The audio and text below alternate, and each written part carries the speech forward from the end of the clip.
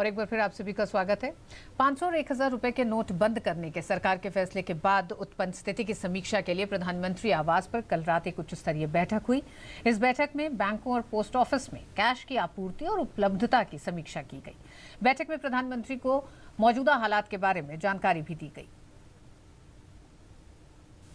500 और 1000 रुपए के नोट बंद होने के बाद लोगों को किसी प्रकार की कोई दिक्कत न हो और बैंकों, पोस्ट ऑफिस और एटीएम में पर्याप्त मात्रा में कैश उपलब्ध हो, ये सुनिश्चित करने के लिए प्रधानमंत्री आवास पर रविवार देर रात एक उच्च स्तरीय बैठक आयोजित हुई।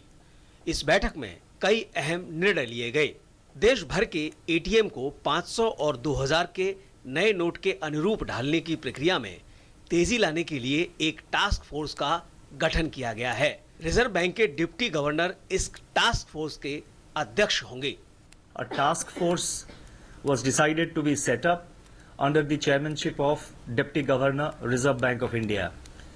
The composition of this task force and the other details relating to the task force will be announced by the Reserve Bank during the course of today.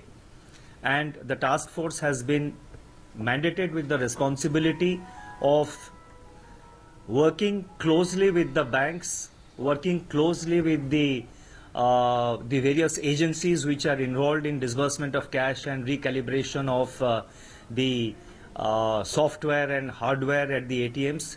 The task force will work with them very closely to expedite and ensure that the ATM network is activated in the quickest possible time. इसके अलावा देश के कई इलाकों में micro ATM लगाए जाएंगे, जहां क्रेडिट और डेबिट कार्ड के जरिए लोगों को कैश की आपूर्ति की जाएगी।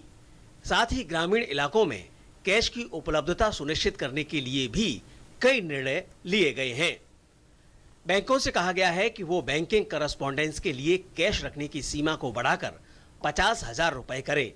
गौरतलब है कि देश में करीब 1,20,000 बैंकिंग करस्पॉन्डेंट हैं। देश में पोस्ट ऑफिस की 1,30,000 शाखाओं में भी पर्याप्त कैश उपलब्ध कराने के निर्देश दिए गए हैं। Each banking correspondent has a certain limit up to which he can hold cash. So therefore, the first decision was to increase the limit of cash holding to banking correspondent to rupees 50,000. The other thing that was decided was that earlier, presently, each banking correspondent can replenish his cash from the bank only once a day.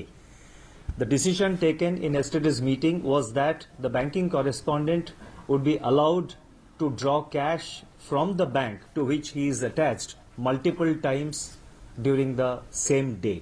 सरकार ने सभी विभागों और सार्वजनिक क्षेत्र के उपक्रमों से कहा है कि वो कैश की कमी से निपटने के लिए ई ट्रांजैक्शन को बढ़ावा दें।